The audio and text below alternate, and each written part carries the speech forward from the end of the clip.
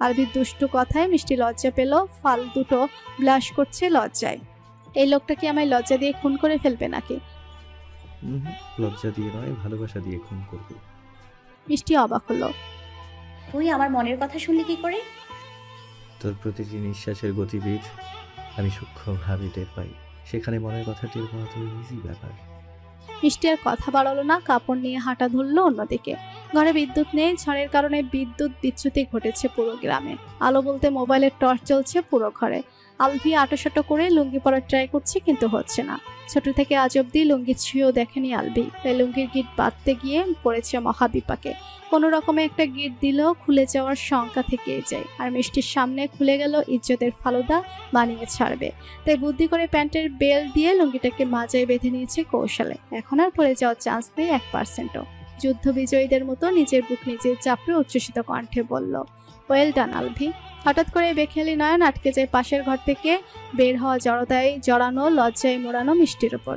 এক অদৃশ্য মাদকতা গ্রাস করলো আলভির পুরুষ সত্তায়। মিষ্টি কাপড়টা কোনো রকমে পেঁচিয়েছে, শরীরে প্রাণপণ চেষ্টা চালাচ্ছে শরীরের সবগুলো অংশ ঢেকে ফেলার, কিন্তু ব্লাউজ পেটিকোট বিহীন 12 হাত বহরের কাপড়ে শরীরের প্রায় অনেক অংশই উন্মুক্ত হয়ে আছে। লজ্জায় মিষ্টি চোখ মেলাতে পারছে না আলভির দিকে। মিষ্টির এমন আবেদনময়ী রূপ আলভির উত্তেজনা কয়েকগুণ বাড়িয়ে দিল। প্রতিটি লোমকূপ শিরশির করে সতর্ক বাণী ছড়ল। মন মস্তিষ্ক হৃদয় আউট অফ কন্ট্রোল হয়ে পড়ছে অতি দ্রুত। বাহিরে ঝমঝমানো বাড়িপাত, প্রকৃতির প্রলয়ঙ্করী বজ্রপাতের শব্দে আলভির উন্মাদনা আরো বাড়ছে। অন্ধকার চার দেয়ালের মৃদু আলোয় মিষ্টির মোহনীয় সৌন্দর্য আলভিকে পাগল করে দিচ্ছে। চোখে মুখে সমস্ত মাদকতা মিশিয়ে নেশালো কণ্ঠে আলভি বলে উঠল, আজ একটু বেপরোয়া হওয়ার সুযোগ দিবি মিষ্টি। আলভির মাদকতা ভরা কণ্ঠ কাঁপিয়ে তুলল মিষ্টির শরীর, জমে গেল বরফের ন্যায়। আচমকায় চোখ তুলে তাকালো আলভির দিকে। উন্মুক্ত শরীরে শুধুমাত্র একটা লুঙ্গি পরেই দাঁড়িয়ে আছে আলভি। আলভি জিম করা ফুলে থাকা মেশাল আর ফর্সা বুকের উপর কালো লোমগুলো আকর্ষিত করলো মিষ্টিকে। সঙ্গে সঙ্গে চোখ নামিয়ে নিয়ে চলে যেতে চাইলো মিষ্টি, কিন্তু তার আগেই আলভি তার শক্ত বাহুর বেষ্টনীতে বন্দি করে ফেলেছে মিষ্টিকে। গলা থেকে হাত এবং বুকের উপরিভাগ সমস্তটাই উন্মুক্ত। উন্মুক্ত জায়গাগুলো স্পর্শ পাচ্ছে আলভির শরীরের। আলভি মিষ্টিকে আরেকটু চেপে ধরলো। 1 ইঞ্চি পরিমাণ ফাঁক ফোকর অবশিষ্ট নেই দুজনার মধ্যে। নিজের অযাচিত অবাধ্য অনুভূতির কাছে হেরে গিয়ে চুপচাপ দাঁড়িয়ে রইল মিষ্টি। আলভির বুকে নাক ঘষে গায়ের ঘ্রাণ নেওয়ার চেষ্টা করছে। এদিকে কুণ্ডলি পাকিয়ে মাথা চাড়া দিয়ে উঠলো আলভির পুরুষত্বা। করে বসলে এক অপ্রত্যাশিত কাজ, নিরেট অধর জোড়া ডুবিয়ে দিল মিষ্টির অধরের ভাঁজে। পরম আবেশে আন্দোলিত হলো মিষ্টির চিত্ত। চোখের কার্নিশ বেয়ে গড়িয়ে পড়লো এক ফোঁটা সুখ মাখা নোনা পানি। আলভির সেদিকে ভ্রুক্ষেপ নেই, বলা চলে আলভি নিজের মধ্যে নেই। ডুব দিয়েছে মিষ্টির মাদকীয় রূপসাগরে। সে তো সময় নিয়ে তৃপ্তি ভরে রয়ে শুয়ে পান করতে ব্যস্ত অমৃত সুধা। প্রায় 20 থেকে 30 মিনিটের মাথায় ছেড়ে দিল মিষ্টিকে। নিজের মুখটা মিষ্টির কানের কাছে নিয়ে মাদকীয় কণ্ঠে আবার বলল, নিজেকে আমার কাছে সমর্পণ কর মিষ্টি। তোকে আমি একান্ত নিজের করে পেতে চাই। প্লিজ মিষ্টি, শুধু আজকে রাতের জন্য। কলিজা শুকিয়ে গেল ছোট্ট মাসের খরার ন্যায়। ধরাস ধরাস শব্দ করতে লাগলো হৃৎপিণ্ড। বাহিরে বৃষ্টির তাণ্ডবের চেয়ে বেশি তাণ্ডব শুরু হয়েছে মিষ্টির শরীরে রন্ধ্রে রন্ধ্রে। মিষ্টি পালাতে চাইলো, কিন্তু তার আগে আলভি আবারও পেছন থেকে জড়িয়ে ধরলো তাকে। বন্দি পাখির মতো ছাড়া পেতে ছটফট করছে মিষ্টি, কিন্তু আলভি ছাড়া দিল না, বরং ঠান্ডা হাতে মিষ্টির পিঠের উপর ছড়িয়ে থাকা চুলগুলো সরিয়ে দিল। মুখ ডুবালো উন্মুক্ত পিঠে। এক পর্যায়ে উম্মাদের ন্যায় লাভ বাইট দিতে শুরু করলো মিষ্টির গলায় ঘাড়ে। তীব্র যন্ত্রণায় গ্রাস হয়ে এলো মিষ্টির শরীর। ভালোবাসার অসহনীয় পরশ ভালো লাগার সাথে দিচ্ছে যন্ত্রণা। একেই বুঝি বলে সুখময় যন্ত্রণা, স্বর্গীয় যন্ত্রণা। পরক্ষণে মিষ্টি আলভিকে ধাক্কা দিয়ে ভোদর দেয়। এক দৌড়ে গিয়ে রুমের ছিটকিনি আটকে দিয়ে দুরু দুরু বুকে দরজা ঘেঁষে বসে পড়ে নিচে। সেদিন মিষ্টিকে নিয়ে জঘন্য পরিকল্পনার কথা জানতে পেরে আলভি অনেক ভেবেছে কিভাবে মিষ্টিকে বাঁচানো যায়, কিন্তু 17 বছর বয়সী আলভি কী বা করত। এতটুকুন একটা ছেলের কিছুই করার ছিল না। অপরিপক্ক মস্তিষ্ক কোনো সমাধান বের করতে পারেনি। তাই বলে কি মিষ্টিকে বাঁচাবে না? ভালোবাসার মানুষটার যে কোনো ক্ষতি হতে দিতে পারবে না সে কোনোভাবেই। 2 দিন 2 রাত সিদ্ধান্তহীনতায় ভোগার পর আলভি সিদ্ধান্ত নিল তার বাবার কাছে মিনতি করবে মিষ্টির যেন কোনো ক্ষতি না করে। ভাবনা মতো সেদিন বিকেলে ওবায়দুল ওয়াহিদ যখন বিয়েতে দাওয়াত দেওয়ার জন্য অতিথির লিস্ট করছিল, আলভি পা টিপে টিপে তার সামনে এসে দাঁড়ালো। কিভাবে কি বলবে সাহস করে উঠতে পারছে না। ওবায়দুল ওয়াহিদ আলভিকে দেখে প্রশ্ন করলেন, কি হয়েছে আলভি, কিছু বলবে? আলভি ভয়ে ভয়ে আরো 2 পা কাছে এসে দাঁড়ালো। জিভ দিয়ে ঠোঁট ভিজালো কয়েকবার। হুড়মুড়িয়ে গিয়ে বাবার পা জড়িয়ে বসে পড়লো। ছেলের এমন কাণ্ডে ওবায়দুল ওয়াহিদ হকচকালো। এদিকে আলভি চোখ বন্ধ করে শুকনো ভয়াতুর কণ্ঠে গড়গড় করে বলা শুরু করলো, আব্বু, তোমার দুইটা পায়ে পড়ি, তুমি মিষ্টির কোনো ক্ষতি করো না। মিষ্টির কিছু হইতে দিও না আব্বু, মিষ্টির জীবনটা নষ্ট কইরা দিও না।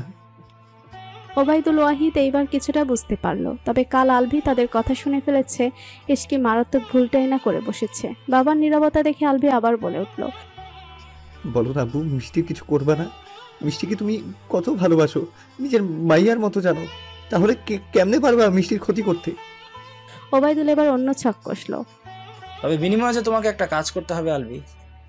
আলভি চোখ তুলে চাইলো বাবার মুখের দিকে। কি কাজ আব্বু? কাল বলবো, এখন তুমি চাও। আলভি উঠে চলে যেতে নিয়েও থেমে গেল। আব্বু, মিষ্টি? ওবায়দুল মুস্কি হাসলো। কিছু হবে না, যাও। বাবার কথা একটু নিশ্চিন্ত হলেও পুরোপুরি ভরসা করতে পারলো না আলভি, তাই নিজেও মিষ্টিকে কড়া পাহারায় রাখার সিদ্ধান্ত নিল। হলুদের দিন রাতে হলুদের তত্ত্ব নিয়ে লিজার বাড়ির লোকদের সাথে মিষ্টি, মিম আর মারিয়াও আলভিদের বাড়িতে এসেছে। আলভি ভেতর ভেতর খুব টেনশনে আছে। হলুদ পাঞ্জাবি পরে জারমুল গাছটাতে হেলান দিয়ে দাঁড়িয়ে দাঁড়িয়ে সামনে নখ কামড়াচ্ছে। তোকে বিয়ে বাড়িতে কেউ খাবার দেয় নাই, নখের ময়লা খাচ্ছিস? ছি! মিষ্টি নিজের কোমরে দুহাত রেখে মুখ ভেঙালো। মিষ্টির চিকন কণ্ঠস্বর শুনে আলভি শটান হয়ে দাঁড়িয়ে মিষ্টির দিকে নজর ফেরালো। ব্যাস, নজর যেন নামছেই না, পলক যেন পড়ছেই না, অপলক চোখে তাকিয়ে আছে মিষ্টির দিকে। গ্রামীণ স্টাইলে হলুদ শাড়ি পরেছে মিষ্টি, খোপায় গুজেছে বেলি ফুলের মালা। ব্যাস এইটুকুই যথেষ্ট আলভিকে কুপঘাত করার জন্য। সিনেমার নায়কের মতো নিজের অনুভূতি প্রকাশ করার সাধ্য তার নেই, তবে মনে মনে সিনেমার নায়ক নায়িকাকে আউট করে নিজেদেরকে কল্পনা করলো। চিকন ফিতের ব্লাউজের সাথে হলুদ শাড়ি পরে মিষ্টি তার পাতলা কোমর দলিয়ে নাচছে, আর আলভি মাঝে মাঝে ছুঁয়ে দিচ্ছে তাকে। আহা, কি সিনেমাটিক কল্পনা! কিন্তু কল্পনার বেশিক্ষণ চলতে দিল না মিষ্টি। কল্পনার জগতে ডুবে থাকা আলভির পাঞ্জাবির কলার ধরে টানতে টানতে নিয়ে গেল মিষ্টি। এই জায়গাটায় লোকজনের ভিড় কম, সবাই প্যান্ডেলে নাচ গানে ব্যস্ত। মিষ্টি তাড়াতাড়ি হাতের পার্স ব্যাগটা থেকে কি যেন বের করতে লাগলো।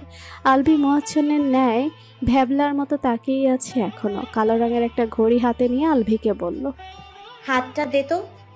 কথাটা বলে আলভির অপেক্ষা করলো না নিজেই। আলভির হাতটা টেনে এনে ঘড়িটা পরিয়ে দিল হাতে। এটা কেনার টাকা কোথায় পেলি?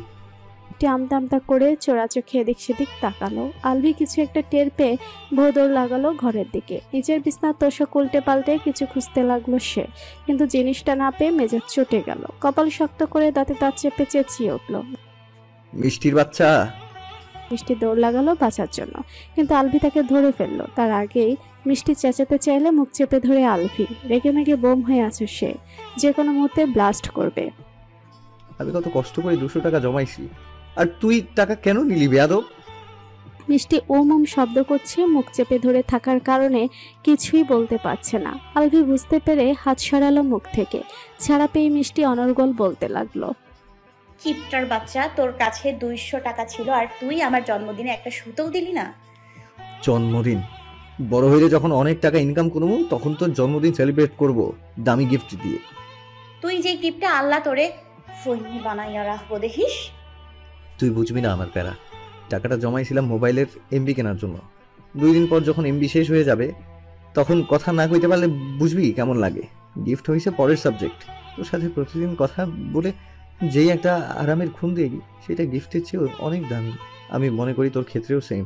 মিষ্টি একটু ভাবলো, তারপর গালে আঙুল রেখে বলল, তা অবশ্য ঠিক বলেছিস। তোর সাথে কথা বলতে না পারলে কেমন জানি মনে হয় অ্যাটাক ফ্যাটাক কইরা মইরা যামু।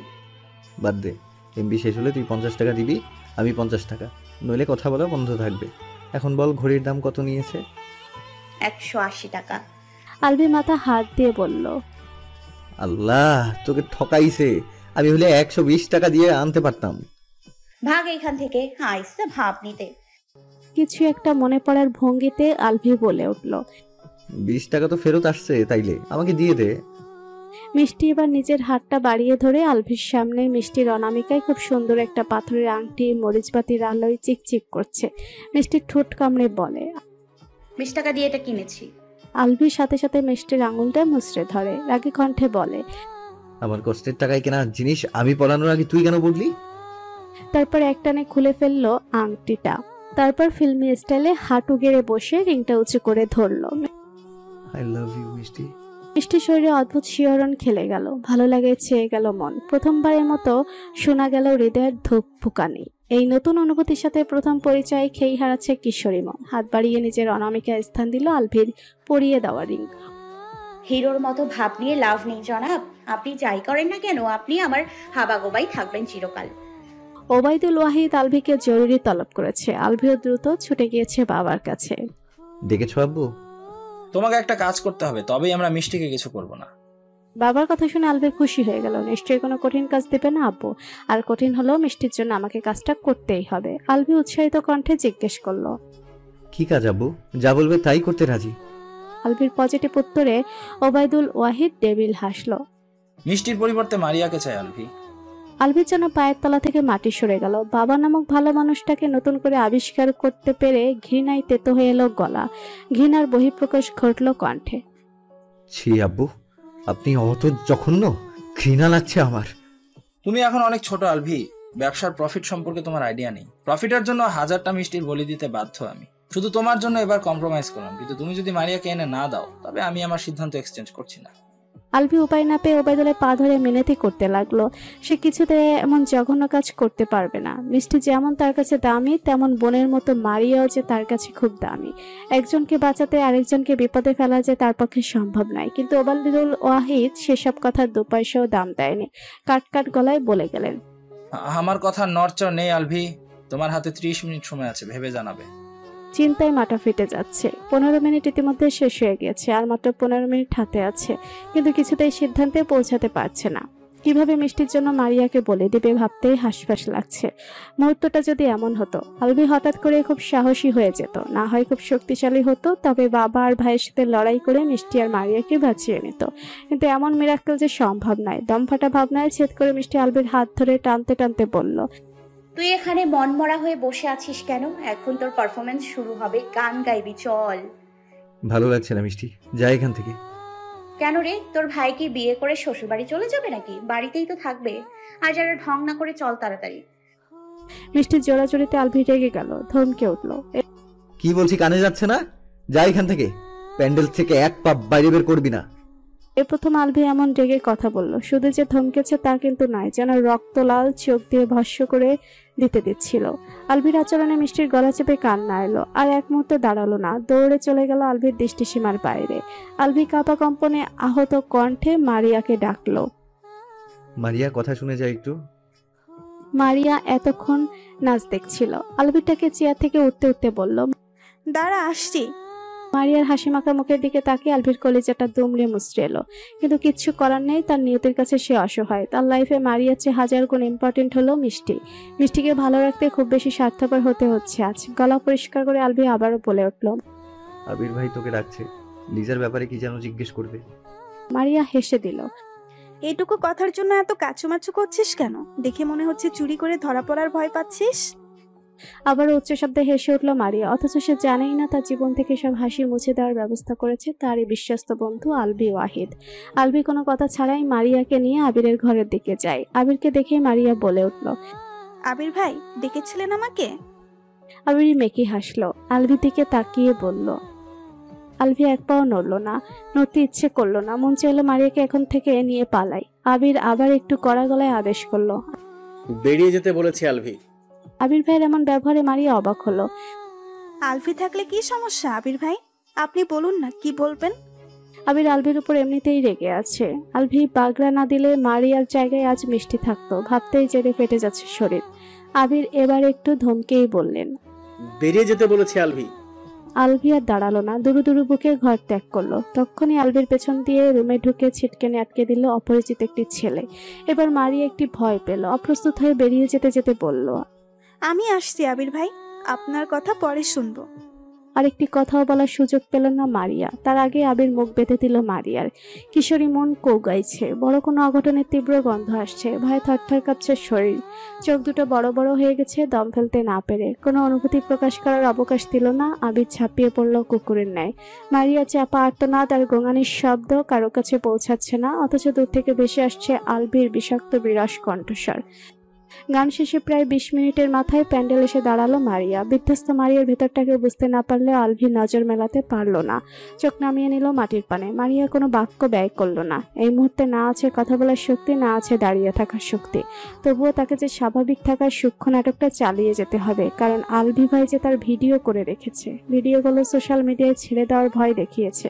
কিছু করার নেই, মারিয়ার হাতে ইজ্জত হারিয়েছে, কিন্তু বাবা মাকে হারাতে চায় না। সত্যি সত্যি আবির ভাই যদি ভিডিওগুলো পাবলিক করে দেয়, মারিয়ার বাবা মা যে মরেই যাবে। শরীরে অসহ্য যন্ত্রণা সহ্য করতে পারছে না মারিয়া। দ্রুত মারিয়াদেরকে নিয়ে বাড়ি থেকে বেরিয়ে আসে। মিষ্টি কয়েকবার কি হয়েছে জানতে চাইলে কোনো উত্তর দেয় না মারিয়া, কিন্তু নির্যাতিত অত্যাচারিত শরীরটা টেনে আর দুপা বাড়ানোর শক্তি পেল না মারিয়া। ঢলে পড়লো পাকা রাস্তায়। মিষ্টি মিম জড়িয়ে ধরলো তাকে, কিন্তু পেরে উঠছে না। মিষ্টি মারিয়ার গাল চাপড়াচ্ছে আর বলছে, কি হয়েছে মারু, কি হয়েছে তোর, প্লিজ বল। হঠাৎ কাপড় এলোমেলো হয়ে গিয়ে উদীয়মান হলো মারিয়ার শরীরের অজস্র আঁচড়ের দাগ। মিষ্টি আরো বেশি অবাক হলো মারিয়ার পা থেকে রক্ত গড়িয়ে পড়া দেখে। তোর কি পিরিয়ড চলছে মারু? কি হয়েছে বল না। পরের কথাটা বলতে গিয়ে মিষ্টির ঠোঁট ভেঙে কেঁদেই দিল। মিম মিষ্টিকে সরিয়ে দিয়ে মাঝ রাস্তায় শুয়ে দিল মারিয়াকে। পরনে কাপড় সরিয়ে উল্টে পাল্টে দেখতে লাগলো মিম। বিয়ে বাড়ির লাইটিং এর আলোয় মাঝ রাস্তার পরে থাকা মারিয়া নিথর দেহটাতে স্পষ্ট দেখা যাচ্ছে কোনো জানোয়ারের নখের আর কামড়ের ছাপ। মিম আতকে উঠল, মিষ্টিকে জড়িয়ে ধরে কেঁদে দিল উচ্চস্বরে। মিষ্টিরে সর্বনাশ হয়ে গিয়েছে, মারুকে কেউ ধর্ষণ করেছে। এক মুহূর্তে থমকে গেল পুরো পৃথিবী। দুই বান্ধবী মারিয়ার পড়ে থাকা জখম শরীরটা আঁকড়ে ধরে চিৎকার করে কাঁদতে শুরু করলো। আকাশ বাতাস ভারী হলো আহাজারিতে, অথচ বিয়ে বাড়ির সাউন্ড বক্সের আওয়াজে কারো কানে পৌঁছালো না সেই শব্দ। মিষ্টি উম্মাদের ন্যায় মারিয়াকে ঝাঁকাতে থাকে। কে করেছে মারু? তোর সাথে এই কাজটা কে করেছে? নামটা বল প্লিজ, নামটা বল। মারিয়া চোখ বুজে আসছে বিষাক্ত যন্ত্রণায়। মিষ্টি মারিয়ার গালে মৃদু থাপড়ে আবার বলল, একদম না, চোখ বন্ধ করবি না। আগে বল কে করেছে, বল বলছি। মারিয়া নিবু নিবু চোখ বন্ধ করতে করতে বলল, বেইমান আলফি, বেইমান আবির ভাই, বেইমান। মিষ্টি মারিয়াকে ছেড়ে দিয়ে ধপ করে রাস্তার মাঝখানে বসে পড়ল। মিম মারিয়াকে ছেড়ে দিয়ে মিষ্টিকে গিয়ে ধরল। মিষ্টি মিমকে জড়িয়ে ধরে চিৎকার করে উঠল, মারু কি বললো মিষ্টি? ও মিথ্যে বলছে, বল না। আলভি তো আমাকে ভালোবাসে, আমার মাঝে আসক্ত, তবে আমার আলভি এই কাজ কেন করবে? বল না মিম, ও মিথ্যা বলছে। মিষ্টি উম্মাদের মতো ভাঙা চোরা হৃদয় নিয়ে আবার মারিয়ার কাছে গিয়ে বসলো। এই মারু, তুই কি বলছিস? মিথ্যা কেন বলছিস বল না। আমার আলভি কিছু করেনি, বিশ্বাস করি না তোকে আমি। কেন আমাকে কষ্ট দিচ্ছিস? মারিয়ার কানে কোনো কথাই পৌঁছলো না। জ্ঞান হারিয়েছে অনেক আগে। বর্তমান আজ মিষ্টির কাছ থেকে সুযোগ পেয়ে আলভি নিজের বয়ে বাড়ানো বিষাক্ত অতীতের সমস্ত ভুলগুলো একটা একটা করে বলতে শুরু করেছে। আলভির মিষ্টির কোলে মাথা রেখে চোখ বন্ধ করে বলছে তার বিষাদময় জীবনের কথা। মিষ্টি চুপচাপ শুনছে, অথচ তার নয়নজোড়া চুপ করে নেই। টুপটাপ চোখের পানি ঠিকরে পড়ছে আলভির বুকের উপর। অতীত কোনো রকম রাতটা পার করেছিল মিষ্টি। চোখে ঘুম নেই, মনে শান্তি নেই। অবচেতন মন এখনো পড়ে আছে মারিয়ার সেই জখম দেহকানির মধ্যে। কানে বাজছে মারিয়ার বলা শেষ কথাগুলো। আলভি এরকম একটা কাজ কিছুতেই করতে পারে না। সকাল হওয়া মাত্রই মিষ্টি হাতে পার্স নিয়ে বেরিয়ে যেতে এলো ঘর থেকে। আলভির কাছে যেতে হবে, সত্যিটাকে সবকিছু শুনতে হবে। আলভিকে কিছুতেই অবিশ্বাস করতে পারবে না মিষ্টি, কিন্তু সাত সকালে মেয়েকে বেরিয়ে যেতে দেখে মিষ্টির মা বাধা দিল। এই সেমরি, সাত সকালে কই যাস তুই? মিষ্টি তাড়াহুড়া করে জুতো চোরা পায়ে দিতে দিতে বলল, লিজাদের বাড়ি আম্মা, লিজাকে গোসল করাবে একটু পর। তুই যায়া কি করবি তাইলে? কোথাও যাবি না কইয়া দিলাম। তোর ভাবসাব আমার ভালো লাগতেছে না। মিষ্টি রেগে গেল। কি কও মা, বান্ধবীর বিয়া আর আমি তাড়াতাড়ি যাবো না কেমনে কইলা? ভাল লাগে না তোমার সাথে, আমি যাচ্ছি, একদম বাধা দিবা না। মিষ্টি আর এক মুহূর্তে দেরি করলো না, দ্রুত গতিতে বাড়ি থেকে বেরিয়ে গেল। মনের মধ্যে জেগে ওঠা হাজার প্রশ্নের বিশ্লেষণে মুহূর্তে মিষ্টির কাছে নেই। প্রিয় মানুষ, বিশ্বাসের, ভরসার একমাত্র মানুষটার প্রতারণা ঠিক কিভাবে মেনে নিবে মিষ্টির জানা নেই। বিয়ে বাড়িতে সাত সকালে সবাই যখন ঘুমিয়ে ব্যস্ত, ঠিক তখন আলভির জানালার ফাঁক গলে এক বিশ্রী দৃশ্যের সাক্ষী হলো মিষ্টির আখি জোড়া। এমন হৃদয় বিদারক দৃশ্য মিষ্টি সহ্য করতে পারল না। নিজের অজান্তে চিৎকার করে কেঁদে উঠল চাপা কণ্ঠস্বর। মিষ্টির কান্নার আওয়াজে আলভি ধরপড়িয়ে উঠতে চেয়েও পারল না। কেউ তাকে জড়িয়ে ধরে ঘুমোচ্ছে মনে হলো। চোখ মেলে নিজের পাশে স্মৃতির এলোমেলো ঘুমান্ত চেহারা দেখে রাগে ফেটে গেল আলভি। গলা চেপে ধরল স্মৃতির। তুই আমার বিছানায় কি করছিস? তো কালকে আমাকে জোর করে নিয়ে এসে আর কিছু বলল না স্মৃতি। তার আগে মরা কান্না জুড়ে দিয়েছে। মিষ্টি আলভির কাছে কৈফিয়ত নেওয়ার অপেক্ষা করলো না, ভেঙে আসা পা দুটো টেনে নিয়ে চলতে লাগলো গন্তব্যহীন রাস্তায়। আলভি দৌড়ে পেছন পেছন গেল মিষ্টিকে বোঝানোর জন্য, কিন্তু তার আগেই মিষ্টি হাত উঁচিয়ে আলভিকে দাঁড়িয়ে যেতে বলে। এক পা এগিয়ে আসিস না আলভি, আমাকে কোনো এক্সকিউজ দেখাস না, কিছু বলার প্রয়োজন নেই আমাকে। ভুল করে আমার চোখের সামনে আসিস না, নয়তো নিজেকে নিজেই শেষ করে দিব। মিষ্টিকে হারানোর ভয়ে আলভি আর এগোলো না, বলতে পারলো না তার সাথে ডাবল গেম খেলা হচ্ছে। সে কোনো অন্যায় করেনি। বর্তমান সামান্য একটা ভুল বোঝাবুঝি 12টি বছর আমাদের আলাদা করে দিয়েছে মিষ্টি। সেদিন যদি তুই আমার কথাগুলো একটু শুনতি, তাহলে আমাদের জীবনটা হয়তো অন্যরকম হতো। আলভি জমে থাকা অভিযোগ আক্ষেপের সাথে বলল। তুই মারিয়ার সাথে মোটেও ঠিক করিসনি। আলভি নিজের মাথাটা মিষ্টির কোল থেকে তুলে নিয়ে ঘুরে বসলো মিষ্টির দিকে, চোখে চোখ রেখে বাম হাত রাখলো মিষ্টির গালে, মিহি গলায় বলল। আমার হাতে দুটো অপশন ছিল, আমি তোকে ছাড়া অন্য কাউকে চিন্তা করিনি। আমি জানি আমি অন্যায় করেছি, পাপ করেছি। তোকে ভালো রাখতে অনায়াসে আমি 1000টা পাপ করতে প্রস্তুত। আলভির কথার পৃষ্ঠে কোনো কথা বলল না মিষ্টি, নীরবে মাথা গুজলো আলভির বুকে। আলভি আগলে নিল আদুরের ছোঁয়ায়, অধর ছোঁয়ালো মিষ্টির এলোমেলো কেশে। অনাকাঙ্ক্ষিত স্পর্শে নিজেকে গুটিয়ে নিল মিষ্টি। কানের কাছে সন্ধি জমানো চুলগুলো আলতো ছুঁয়ে কানের পেছনে গুজে দিল আলভি। নিজের অধর জোড়া এগিয়ে নিতে থাকলো মিষ্টির অধর পানে। তপ্ত গরম নিঃশ্বাস আছড়ে পড়ল মিষ্টির মুখে। লজ্জায় চিবুক নামলো মিষ্টি।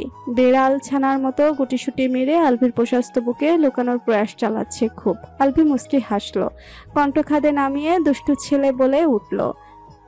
কদিন আগেও যে মেয়ে কিনা বলতো আমার লজ্জা নেই, সুযোগ পেলেই ঘষাঘষি করতে আসি, সেই মেয়ে কিনা নিজের থেকেই ঘষাঘষি শুরু করে দিয়েছে। আলভির কথা শুনে মিষ্টির কান গরম হয়ে এলো লজ্জায়। সরে যেতে চাইলো আলভির বুক থেকে, কিন্তু আলভি যেতে দিল না। আর একটু জড়িয়ে ধরে মিষ্টিকে আলিঙ্গন করে। দখলে নেয় মিষ্টির ঠোঁট জোড়া। কিন্তু সুখময় মুহূর্ত বেশিক্ষণ স্থায়ী হলো না। আবার সে একই যন্ত্রণায় বিষিয়ে উঠল আলভির সর্বাঙ্গ। আলভি সহ্য করতে না পেরে চুল খামচে ধরে চিৎকার শুরু করে। আলভির যন্ত্রণা মিষ্টিকে বেহুশ করে দিল। কি করবে বুঝতে পারছে না কিছু। একবার আলভির মাথা চেপে ধরছে তো আরেকবার আলভিকে জড়িয়ে ধরছে।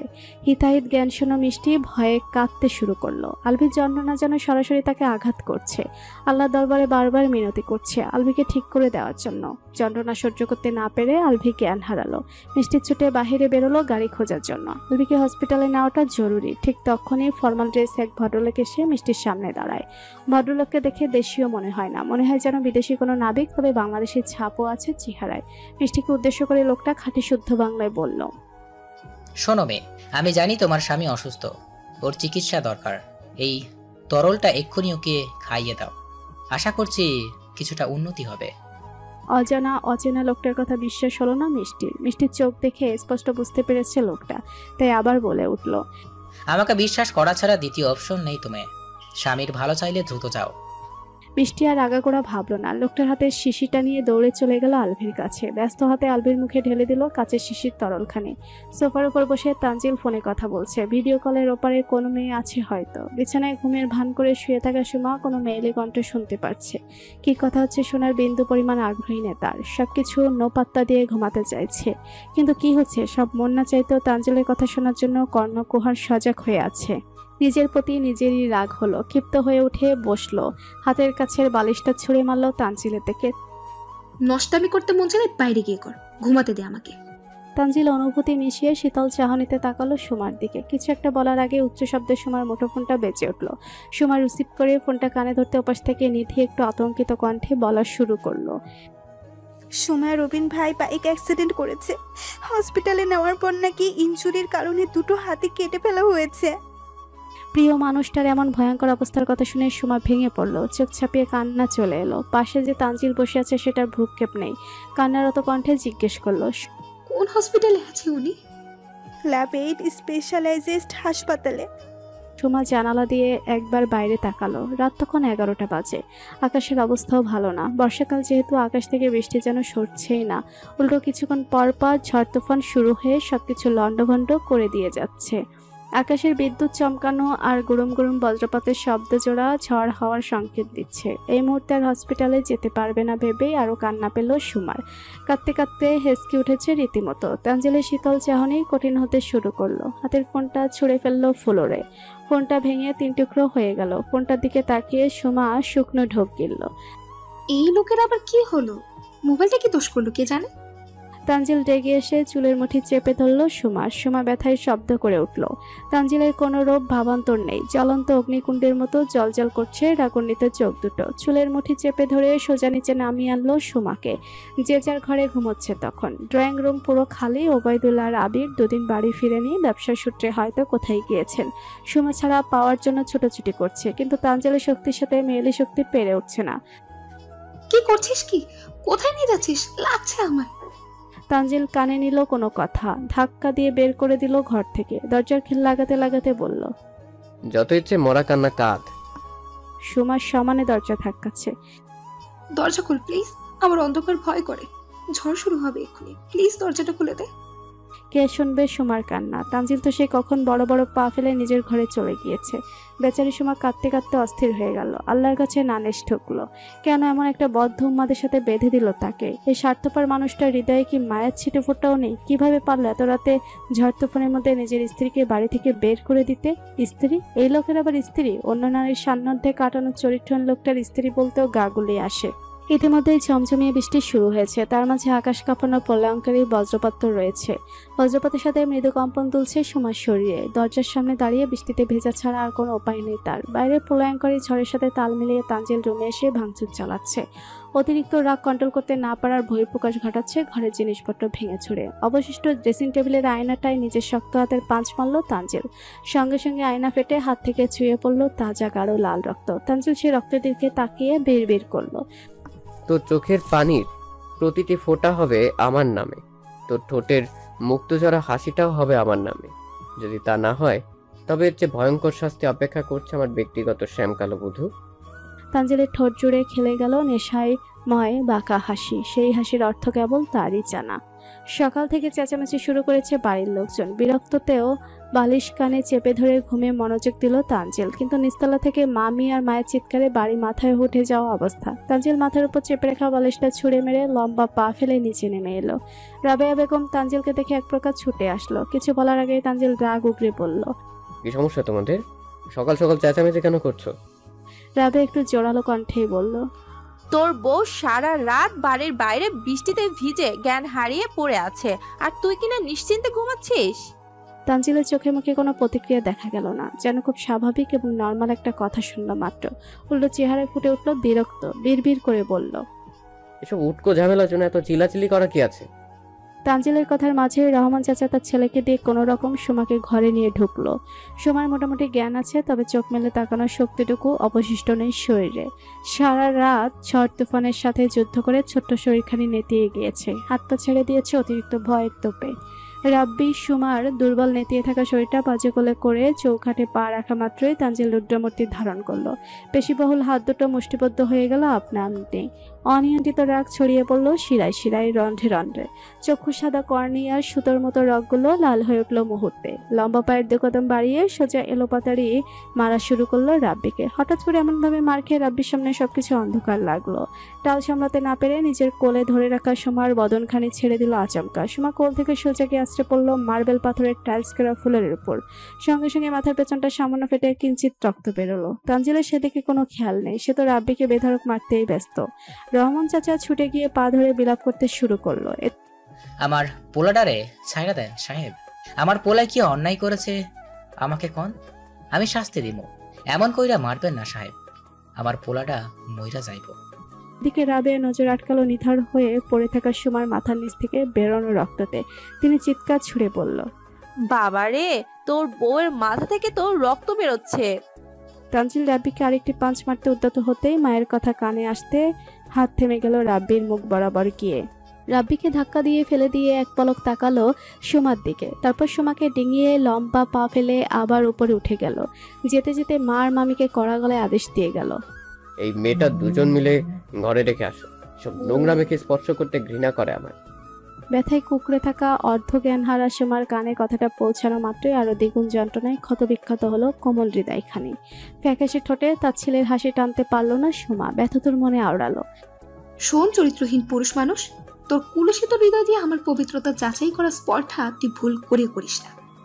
মাথার ফেটে যাওয়া জায়গাটায় দুটো সেলাই লেগেছে। তানজিল নিজের দক্ষ হাতে সেলাই করে ব্যান্ডেজ লাগিয়ে দিয়েছে সুমার মাথায়। তারপর সুমার সাপের ব্যান্ডেজের উপর নিজের পুরো ঠোঁট ছোঁয়ালো যত্ন করে। সুমার ভেতরটা তীব্র প্রতিবাদে ফেটে গেল, কিন্তু শারীরিক অসুস্থতার কাছে অসহায় সুমা কিছুই করে উঠতে পারল না। তবে কল্পনায় ঠাস ঠাস কয়েকটা থাপ্পড় বসিয়ে দিল তানজিলের ফর্সা গালে। আহা, বাস্তবে যদি এমন একটা সুযোগ পেত তাহলে কলিজাটা জুড়িয়ে যেত, কিন্তু সে ইচ্ছে হয়তো অধরাই রয়ে যাবে আজীবন। তানজিল এবার আর একটু বেপরিয়া হয়ে গেল। কপাল থেকে সোজা ঠোঁট ছোঁয়ালো সুমার রাগান্বিত চোখের পাতায়।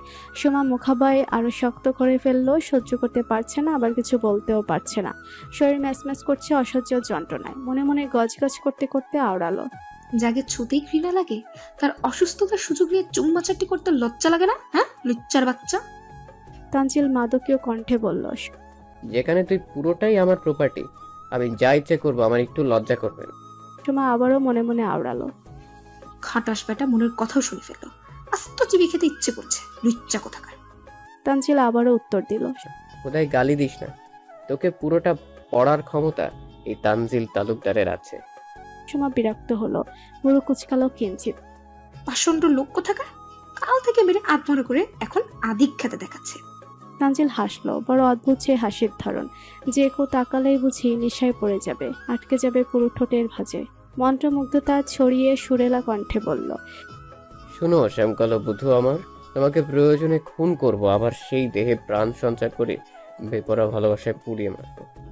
হেলে দুলে বিছানা থেকে উঠে দাঁড়িয়ে মাদকীয় কণ্ঠে আবার বলে উঠল, মোট কথা আমার ভালোবাসা প্রত্যাখ্যান করলেও মৃত্যু, গ্রহণ করলেও মৃত্যু। একটু থেমে আবার বলল, তোমার কাছে দ্বিতীয় কোনো অপশন রাখছি না আমি। সুমা নিষ্পলক তাকিয়ে আছে দমকাহার সাথে তাল মিলিয়ে উঠতে থাকা জানালার আসমানি রঙের পর্দাটার দিকে। মনে মনে ভাবছে অন্য কথা। এ কেমন অদ্ভুত পুরুষ, যার প্রতিটি কথা বিষাক্ত অথচ শুনতে মধুময়। এই নির্দয় মানুষটা বুঝি তাকে ভালোবাসে? এমনই কি হয় ভালোবাসার বহিঃপ্রকাশ? কারণ ছাড়াই ঝড়ের রাতে বাড়ির বাইরে বের করে দেয়, আবার কারণ ছাড়াই ক্ষতস্থানে মলম লাগিয়ে দেয়, কিংবা কারণ ছাড়া আঘাত করে আবার কারণ ছাড়াই হৃৎপিণ্ড থামিয়ে দেয় কথার বানে। এই দয়া মায়াহীন অনুভূতি শূন্য মানব মূর্তি বুঝি ভালোবাসতে জানে? অসম্ভব ব্যাপার। এই চরিত্রহীন লোকটা রন্ডে রন্ডে শুধু নারীদের মাদকতা আছে। ভালোবাসা শুধু এই পুরুষের ধাঁচে থাকার কথা নয়। ওই পাথরের ন্যায় স্বার্থপর পুরুষ আর যাই হোক কাকতাড়ুয়াতে আটকাবে না। ভাবনা ছেদ ঘটিয়ে খাবারের প্লেট নিয়ে হাজির হলো তানজিল।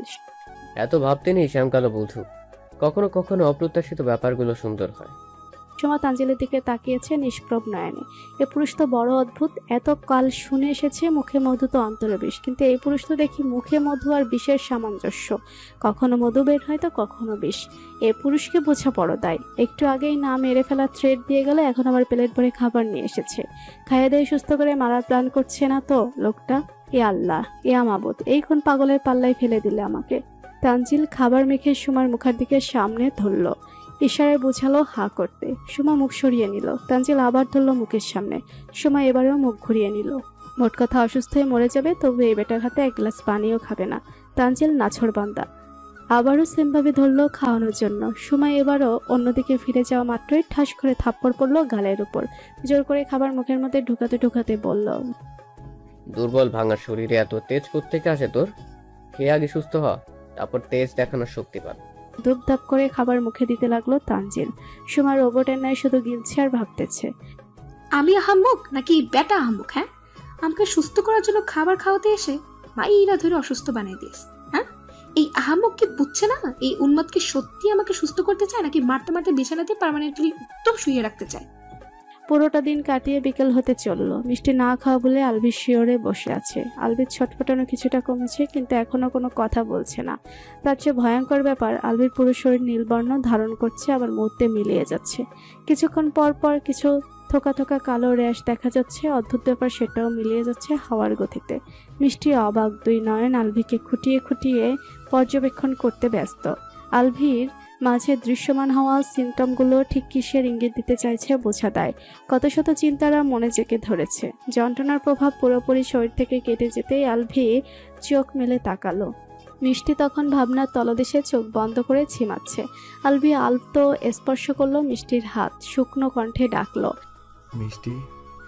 আলভির ডাক শুনে লাফিয়ে উঠল মিষ্টি। চোখ বন্ধ খুলে তাকালো আলভির দিকে। আলভির দৃষ্টি তখন মিষ্টির উপর, কিন্তু মিষ্টি আলভির চোখে চোখ মেলাতে পারল না। ভয়ে চিৎকার করে উঠল, কম্পন তুলল শরীরে। আতঙ্কিত চোখ দুটো আলভিতেই আটকে আছে। মুখে হাত চেপে ধরে কাপা কণ্ঠে বলল, আলভি, তোর চোখের রং পাল্টে যাচ্ছে, কখনো বাদামি, কখনো সবুজ, আবার কখনো ধূসর রঙের হচ্ছে। এমনটা কেন হচ্ছে আলভি? মিষ্টির কথাগুলো শুনে আলভির কেমন চারিদিক ঘুরতে শুরু করলো। আহত কণ্ঠে বলল, তুই মজা করছিস মিষ্টি? না আলভি, আই এম সিরিয়াস। তোর শরীরে চলাচলে গোখের পরিবর্তন হচ্ছে। কি হয়েছে তোর আলভি? তুই ডক্টর কেন দেখাসনি? আলভির গলা ভেঙে এলো, শুকনো কাঠের মতো গলাটা শুকিয়ে এলো যেন। দেখিয়েছি মিষ্টি, ডক্টর বলেছে আমার শরীরের প্রতিটি শিরা উপশিরায় কোনো রেয়ার বিশেষ স্যাম্পল পাওয়া গিয়েছে। নিজের মৃত্যুটার কাছ থেকে উপলব্ধি করতে পারছে আলভি। শক্ত সামর্থ্য সুটাম দেহি পশুপুরুষটা ভেঙে পড়েছে ভেতর থেকে, যার বহিঃপ্রকাশ মুখের আদলেও ফুটে উঠেছে কিছুটা। ভাগ্যের দুয়ারে নিতান্তই অসহায় আলভি অস্ফুটে বলল, জানিস, আমার খুব ইচ্ছে আমাদের একটা পিচ্চি হবে। আমি ওকে আদর্শ বাবা হয়ে দেখাবো। জীবনে আমি যা পাইনি তার মাঝে সেই অভাব গুছাবো। আমার বুঝি স্বপ্নগুলো অধরাই থেকে যাবে। মিষ্টি আলভিকে শক্ত করে জড়িয়ে ধরলো, ফুফিয়ে কাঁদতে কাঁদতে বলল, কি যাতা বলছিস? তোর কোনো ইচ্ছে অধরা থাকতে দিব না আমি। না দিব আমাকে ছেড়ে যেতে। ভাগ্যের সাথে লড়াই করব দরকার হয়। আলভি মুচকি হাসলো। তবে তুইও মনে মনে চাস বল? মিষ্টি লজ্জা পেল, চিবুক নামিয়ে নিল আরেকটু। আলভি মিষ্টির কথাটা উপরে তুলে চোখে চোখ মেলাতে চাইলো। মিষ্টির লজ্জারাঙা চোখে আলভির দৃষ্টিতে তাকানো মাত্র আবার ভরকালো। কম্পিত হলো ছোট্ট বদন, ভয়াতুর কণ্ঠে বলল, আলভি, তোর চোখ আবারও রং পাল্টাচ্ছে। আলভি ছুটে গিয়ে দাঁড়ালো মিররের সামনে। গভীর ধ্যানে নিজের চোখের সামনে মিষ্টির কথাগুলো মেলাতে চাইলো, কিন্তু কোথায়, সবটাই তো স্বাভাবিক। তার চোখের মনে তো আগের মতোই কালো আছে। মিষ্টি ভুলভাল কি না কি দেখছে কে জানে। আলভির পেছনে এসে মিষ্টি থাওয়া মেরে দাঁড়িয়ে গেল, অস্ফুট স্বরে বলল, এ কি করে সম্ভব? আমি কি দুবার ভুল দেখলাম? তবে আগামীকাল রাতের মতোই শুরু হয়েছে ঝড় বৃষ্টি। কালো মেঘ প্রভাব বিস্তার করেছে আকাশ জুড়ে। তানজিল কাকভেজা হয়ে বাসায় ফিরেছে। সোমা কম্বল মুড়ি দিয়ে শুয়েছে জীর্ণ শীর্ণভাবে। তানজিল কখন কোথায় যায়, কখন ফিরে তা নিয়ে সোমার কৌতূহল নেই। এই লোকটা বাড়িতে না থাকলে শান্তি, যেন বুকের উপর থেকে ভারী পাথর সরে যায়। তানজিল বরাবরের মতো নিঃশব্দে রুমে প্রবেশ করে। রুম জুড়ে অন্ধকার বিরাজমান। তানজিল লাইট অন করার প্রয়োজন মনে করল না। বাহিরে বজ্রপাতের আলো এসে ঢুকছে জানালা দিয়ে। তানজিল চুপচাপ ভেজা শার্ট বদলে সোমার পাশে এসে বসলো। কোমল স্বরে জিজ্ঞেস করলো, খেয়েছিস? নিস্তব্ধতা ব্যতীত কোনো উত্তর এলো না সোমার পক্ষ থেকে। কিছুক্ষণ চুপ থাকার পর তানজিলের রুসখুস লাগলো, একটু গাঢ় কণ্ঠেই বলল, এতটুকুন পিচ্ছি একটা মেয়ে, অথচ এত তেজ কেন শিরায় শিরায়? তবুও সোমার কোনো উত্তর ভেসে এলো না। অন্ধকারের সফেদ দেয়ালের দিকে তাকিয়ে তানজিল মুচকি হাসলো। দুর্বোধ্য সেই হাসি যেন অন্ধকারকেও ছাপিয়ে গেল। তানজিল পুরো ঠোঁট নাড়িয়ে আবার বলল, সত্যি কথা বলতে তোর আত্মসম্মান আর তোর তেজ দুটোতেই তোকে মারাত্মক লাগে। কেন এলি আমার নষ্ট জীবনে? কেন ফুল ফোটালি মৃত গাছে? এতগুলো বছরের পেলে পুষে রাখা নারী আসক্তি কিনা এক তড়িতেই গায়েব করে ফেললি। এলি তো এলি, ঘৃণা নিয়েই কেন এলি? তোর ঘৃণা যে আমাকে বড্ড পোড়ায়। তবে ভাবিস না, ঠিক একইভাবে আমিও তোকে পড়াবো। আমার ভালোবাসার অনলে তুই পড়বি, পড়তে বাধ্য হবি। তোর ভবিষ্যৎ লিখে ফেলেছি আমি। আমাকে ভালোবাসার ছাড়া তোর গতি নেই শ্যামকালো বুদ্ধু। পুরো ঘরে তানজিলের কথাগুলোই যেন চার দেয়ালে বাধা পেয়ে প্রতিধ্বনিত হচ্ছে পুনরায়। তানজিল ভুরু গুটালো, কি ব্যাপার? তেজি মেয়ে এখনো কেন তেজ দেখাচ্ছে না? কেন বলছে না কামড়ে দিবে? তানজিল ঘুরে বসলো, তীর্যক দৃষ্টি সরাসরি নিক্ষেপ করলো সোমার দিকে। পা থেকে মাথা অব্দি কম্বল দিয়ে মোড়ানো। কম্বলের ফাঁক গলে এলো মেলো কেশটাশি ছড়িয়ে ছিটিয়ে আছে। তানজিলের এবার একটু খটকা লাগলো। হাত প্রসারিত করে কম্বল নামিয়ে নিল সোমার বুক অব্দি। ক্ষীণ ডিম লাইটের নীল আলোয় সোমার শ্যামবর্ণ মুখ নীল দেখাচ্ছে। ঠোঁট দুটো কাঁপছে তীরের ন্যায়। তানজিল তার প্রশস্ত হাত ছোঁয়ালো সোমার কপালে। সোমার শরীরে অতিরিক্ত গরম তাপমাত্রার প্রখরতা তানজিলের ঠান্ডা শরীরে শিহরণ তুলল। কাল অতিরিক্ত বৃষ্টিতে ভেজার কারণে জ্বর বেঁধেছে শরীরে। সজ্ঞানে নেই সোমা। তাপমাত্রার তীব্রতায় ফেটে গিয়েছে খুশকো ঠোঁট, ফ্যাকাশে হয়ে গিয়েছে চেহারা। ওষুধ খাইয়ে তানজিল ব্যস্ত হাতে জলফুট্টি দিচ্ছে সোমার কপালে। জ্বর কিছুটা নিয়ন্ত্রণে এলেও ছটফটানি কমছে না সোমার। এই ছটফটানির কারণ তো জ্বর মনে হচ্ছে না। চতুর মস্তিষ্ক কিছু বোঝার চেষ্টা করছে, কিন্তু মাথায় ঢুকছে না। সোমার কি অন্য কোনো যন্ত্রণায় ছটফট করছে? তানজিল সোমার গালে হাত রেখে জিজ্ঞেস করলো, কি হয়েছে তোর? জ্বর তো ছিঁড়ে দিয়েছে, তবে কষ্ট পাচ্ছিস কেন? সোমা পেটে হাত চেপে কান্না করে উত্তর দেয় না। তানজিলের বক্ষপটে সুচ ঢুকিয়ে দেওয়ার মতো যন্ত্রণা হলো। তার শ্যামকালো বধূ কাছে, কিন্তু কি সেই কান্নার কারণ কেন বলছে না? ওকে বুঝে না ওর চোখের পানি আমাকে যে যন্ত্রণা দিচ্ছে, শরীর থেকে চামড়া ছেলে নেওয়ার মতো যন্ত্রণা দিচ্ছে। তানজিল এবার লাইট অন করে পুরো রুম আলোকিত করে ফেললো। সে নিজে একজন ডক্টর, সোমার কি সমস্যা হয়েছে ধরে ফেলার কথা, কিন্তু সোমা তো কোনো কিছুই বলছে না, জাস্ট পেটে হাত রেখে কেঁদেই যাচ্ছে। কিভাবেই বা বলবে? কাল থেকে ঝড়ঝাপটা কম তো যায়নি, তার উপর পেট ব্যথা জ্বরের কারণে শরীরটা অবশ্যই আসছে। প্যারালাইজডের মতো কোনো কথা বলার শক্তি পাচ্ছে না এই মুহূর্তে। তানজিল অস্থির হয়ে সোমার গতিবিধি লক্ষ্য করছে। হঠাৎ করে চতুর মস্তিষ্ক কিছু একটা আন্দাজ করা মাত্রই উৎকণ্ঠা নিয়ে বলল, বাই এনি চান্স তোর কি পিরিয়ডস প্রবলেম হয়েছে? সোমার উত্তরের অপেক্ষা করলো না তানজিল। বুক পর্যন্ত টেনে রাখা কম্বলটা একটানে সরিয়ে ফেললো। পুরো বেডশিটটা লাল রাখতে একদম বিশ্রী হয়ে আছে। চরম আশ্চর্য হলো Tanzil. Are you crazy? You know I'm your husband and most importantly I'm a doctor. তুই কি পাগল? তুই জানিস আমি তোর স্বামী, আর সব থেকে বড় কথা আমি একজন ডক্টর। সময় এই মুহূর্তে এসব শোনার মানসিকতায় নেই। প্রচন্ড পেইনে এবার বুঝি সত্যি সত্যি প্যারালাইজড বা অজ্ঞান হয়ে যাবে। যন্ত্রণার দরুন টপটপ চোখের পানিতে বালিশ ভিজে যাচ্ছে। তানজিল পুরো ঘর তন্ন তন্ন করে ন্যাপকিন খুঁজলো, কিন্তু পেল না কোথাও। এদিকে সময়ও কিছু বলছে না। ঝড়তুফানের রাত, সব দোকানপাট হয়তো বন্ধ হয়ে গিয়েছে। তাও একবার বেরিয়ে দেখতে হবে পাওয়া যায় কিনা। বৃষ্টি মানে রোমান্টিকতার মৌসুম। প্রত্যেক প্রেমিক যুগল বৃষ্টিকে স্বর্গীয় দান মনে করে। ছাদের কার্নিশ বা টিনের চাল বেয়ে গড়িয়ে পড়া বৃষ্টির ফোঁটার মধুময় ছলাৎ ছলাৎ শব্দ শরীরে উন্মাদনার সৃষ্টি করে। প্রিয় মানুষকে কাছে পাওয়ার ব্যাকুলতা মাদকীয় নেশা তৈরি করে। কেউ মিলিত হয় নিষিদ্ধ সম্পর্কে, কেউ পূর্ণতা দেয় ভালোবাসার। বৃষ্টিময় রোমাঞ্চকর মুহূর্তে মাহিদ তার সদ্য বিবাহিত স্ত্রীর সাথে ঘনিষ্ঠ সম্পর্কে গা ভাসিয়েছে। নিজেদের মধ্যে সবটুকু দূরত্ব ঘুচিয়ে নিয়ে যখন আরেকটু সুখের রাজ্যে তলিয়ে যেতে চাইল, ঠিক তখনই বিকট শব্দ তুলে মোবাইল ফোনটা বেজে উঠল। ফারজানার উষ্ঠদয় থেকে সহসায় ছাড়িয়ে নিল নিজেকে। বিরক্তিতে চসূচক শব্দ করে বালিশের নিচ থেকে ফোনটা তুলে চোখ বোলাতেই দেখলো স্ক্রিনে জল করে ভেসে উঠল তানজিলের নাম। মাহিদ ফারজানাকে ছেড়ে দিয়ে ধর্মড়িয়ে উঠে বসলো। ফোন রিসিভ করে কানে ধরতে ওপাশ থেকে ভেসে এলো তানজিলের গমগমে কণ্ঠস্বর। আমার বাইকটা নিয়ে সোজা বাড়ির সামনে। মাহিদ মনে মনে কয়েকটা গালাগাল দিল। শোনো, আমার সাথে কি শত্রুতা বুঝি না, বউয়ের সাথে রোমান্সটাও করতে দিল না। মাহিদ গলা খাকিয়ে কিছু বলার আগেই তানজিল আবার বলে উঠল, কোনো এক্সকিউজ শুনতে চাইছি না, এট এনি কস্ট আমার বাড়ির সামনে হাজির হ। মাহিদের কথাটা আর বলা হলো না। অসহায় কণ্ঠে বলল, রাখ, আসছি। প্রায় 10 মিনিটের মাথায় মাহিদ বাইক নিয়ে বাড়ির সামনে চলে এলো। ফোন বের করে তানজিলের মোবাইলে ফোন দিতেই কেটে দিল অগত্যা। মাহিদ বিড়বিড় করলো মনে মনে, শালা এই বুদ্ধি ছিল তোর মনে? বউয়ের কাছ থেকে তুলে এনে বৃষ্টিতে ভিজিয়ে মারার প্ল্যান? টুং করে মেসেজ আসার শব্দ হলো। স্ক্রিনে তাকাতেই দেখলো তানজিল মেসেজ পাঠিয়েছে। বৃষ্টিতে ভিজলে কেউ মরে না গর্ধব, আমি আসছি। তানজিল দ্রুত পা ফেলে বেরিয়ে যেতে নিয়ে আবার পেছন ঘুরে এসে সোমাকে জড়িয়ে ধরলো শক্ত করে। কপালে আঁকলো ভরসার পরশ। নিজের চাওড়া কপাল ঠেকালো সোমার কপালে। চিকন পিনপিনে নাকের সাথেই ঘষলো নাক। তারপর মিহি কণ্ঠে বলল, আমি যাবো আর আসবো, একদম ভয় পাবে না, সব ঠিক করে দেব। আর দেরি করলো না তানজিল। সোমাকে ছেড়ে দিয়ে সোজা বেরিয়ে গেল। মাহিদ তানজিলকে দেখে ভুরু গোটালো। বিরক্তিকর কণ্ঠে বলল, এতক্ষণ লাগে তোর? এত রাতে ডেকে আনার কারণ কি শুনি? তানজিল বাইক স্টার্ট দিতে দিতে বলল, উঠে বস, ফার্মেসিতে যাব। মাহিদ তানজিলের পেছনে বসে আবার বলল, কিন্তু ভাই, ফার্মেসিতে এই মুহূর্তে কাজ কি? তানজিল কোনো উত্তর দিল না। পুরো এরিয়াটা রাউন্ড দেওয়া শেষ, অথচ একটা ফার্মেসি খোলা পেল না। খোলা না থাকারই কথা। এমন ঝড় বৃষ্টিতে কোনো দোকানপাট ওই খোলা রাখা সম্ভব নয়। তানজিল আশাহত কণ্ঠে বলল, এখন কি করব? ন্যাপকিনের ব্যবস্থা কি করে হবে? তানজিলের কথা শুনে মাহিদ আশ্চর্য হলো। কি, তুই সামান্য ন্যাপকিনের জন্য এই ঝড় তুফানের মধ্যে আমাকে চোরটির মতো ঘুরাচ্ছিস? তানজিল কোনো উত্তর দিল না, কিন্তু মাহিদ থেমে নেই। ওয়েট, তুই যে ধাঁচের মানুষ, কারোর জন্য এত কিছু করার কোনো চান্স নেই। বাই এনি চান্স প্রেম করছিস? তানজিলকে বলার সুযোগ না দিয়ে মাহিদ আবারও বলে উঠল, মাই স্ট্রিক ফরওয়ার্ড ফ্রেন্ড অরূপে তানজিল তালুকদার, যে কিনা নারীদের ভোগ্য বস্তু মনে করে, সেই নারীর জন্য ঝড় তুফান মাথায় নিয়ে ন্যাপকিন কিনতে বেরিয়েছে? হাউ কি করে পসিবল? তানজিল মাহিদের কলা চেপে ধরলো, দাঁতে দাঁত চেপে বলল, শালা কোথায় পাবো সেটা বল, একদম বাড়তি কথা বলবি না।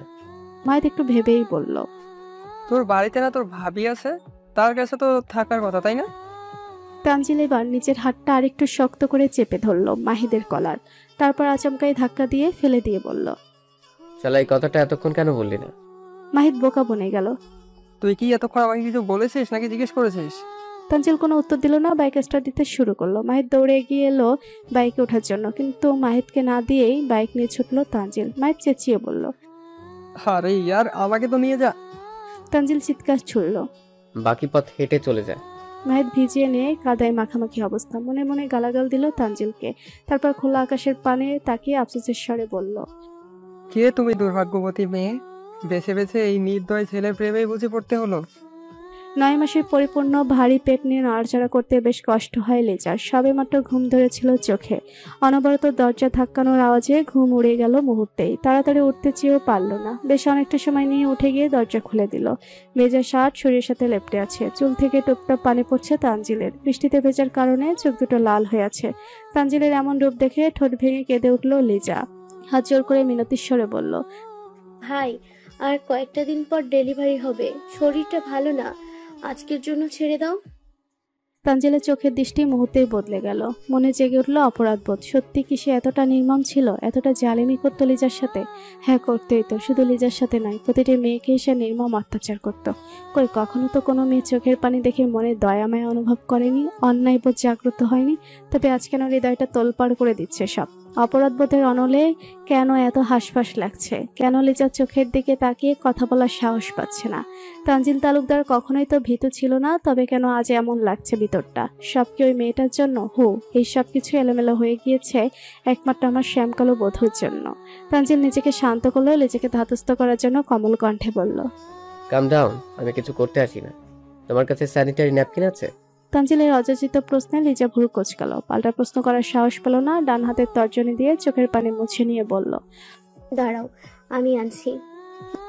পুরনো ভাঙাচোরা একটা টিনের দুচাল বিশিষ্ট ঘর। ঘরের প্রতিটি কোনায় কোনায় অন্ধকার বুক ফুলিয়ে দাবি বেড়াচ্ছে। হঠাৎ একটা টেবিলের উপর মেচের কাঠি ধরিয়ে মোমবাতি জ্বালালো একটি মেয়েলি হাত। মোমবাতির আগুনের শিখায় দৃশ্যমান হলো ঘন পল্লব বিশিষ্ট টান টান হরিণী চোখজোড়া, বাঁকা হাসির ঠোঁট, গোলাপি একজোড়া চিকন ঠোঁট। সামনের চেয়ারে বেঁধে রাখা লোকটা আজরাইল দেখার মতো আটকে উঠল। শিওর উঠল লোকটার মেরুদণ্ড। মুখের কাপড় গুজে থাকার কারণে গোঙানির আওয়াজ ভাসছে ঘর জুড়ে। চোখে মুখে বাঁচার জন্য সে কি আকুতি মিনতি। লোকটার এই হাহাকার রমণীকে দিচ্ছে পৈশাচিক আনন্দ। লোকটার প্রতিটি চোখের ফোঁটার সাথে বাড়ছে রমণীর হাসির ঝঙ্কার। কি এক বিভৎস মুহূর্ত। রমণী নিজের মুখটা লোকটার আরো কাছাকাছি নিয়ে আসলো, ভয়ঙ্কর কণ্ঠস্বরে বলল, ঠিক এভাবে আমার বাবা মাও তোর কাছে জান ভিক্ষা চেয়েছিল। মায়া হয়েছিল তোর, ছেড়েছিলি আমার আব্বা আম্মাকে। চিৎকার করে কথাগুলো বলতে বলতে কোপ বসিয়ে দিল লোকটার বুকে। এইখানে প্রথম আঘাতটা এইখানেই করেছিলি, মনে পড়ে কিছু? তারপর আরেকটি কোপ বসিয়ে দেয় লোকটির কাঁধে। সঙ্গে সঙ্গে শরীর থেকে হাতটা আলাদা হয়ে গেল লোকটার। চাপা চিৎকার ঝড় বৃষ্টির রাতে কারো কানে পৌঁছালো না। নানি মূর্তি আরো ভয়ঙ্কর ভাবে চিৎকার করে উঠল। তার মনে আছে এইভাবে আমার বাবা হাতটা আলাদা করে ফেলেছিলি? আমি সব হিসাব করে রেখেছি সেদিন। আমি ঘুমোতে পারি না আমার বাবা সেই আর্তনাদের শব্দে। কেন ছাড়লি না আমার আব্বা আম্মাকে? তারা তো কোনো দোষ করেনি। তারপর লোকটাকে এলোপাথারি উম্মাদের মতো ছুরিঘাত করতে থাকলো। বিধ্বংসী রমণীর চুলের খোপা খুলে গিয়ে এলোমেলো হয়ে গিয়েছে কেশটাশি। দমকা হাওয়ায় চোখে মুখে চুলে এসে আষ্টে পড়ছে।